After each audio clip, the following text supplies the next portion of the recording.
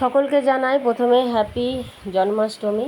তো এর বাড়ির গোপাল আমাদের, তো শাশুড়ি মায়ের কাছে গোপাল আছে। তো আজকে ওই যে নতুন জামা পরানো হয়েছে গোপালকে, দোলনায় বসে আছে। জয় Gopal. Hello, good evening everyone. তো আজকে সকালবেলায় আমি ব্লগ দিতে পারিনি, আর আজকে সবথেকে প্রথমে আমি জানাই শুভ জন্মাষ্টমী। আর আমাদের বাড়িতেও গোপাল আছে, মানে আমার শাশুড়ি মায়ের গোপাল আছে। তো সেই ভিডিওটা আমি তোমাদের সাথে শেয়ার করব।